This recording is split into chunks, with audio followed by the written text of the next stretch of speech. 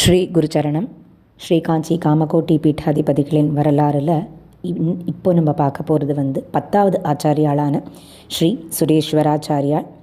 இவர் நம்ம 9வது ஆச்சாரியாளான கிருபாசங்கரேந்திர சரஸ்வதி சுவாமிகள்டேந்து வந்தவர், நியமித்தவர். இவர் மகாராஷ்டிர பிராமண குடும்பத்தை சேர்ந்தவர்.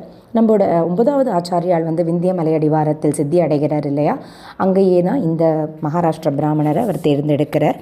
இவருடைய பூர்வாசிரம தந்தையாரின் பெயர் ஈஸ்வர பண்டிதர். இவர் பல ஆண்டுகள் இந்தியா முழுக்க விஜய யாத்ரா மேற்கொண்டு வேத நெறியை சீர் செய்தார்.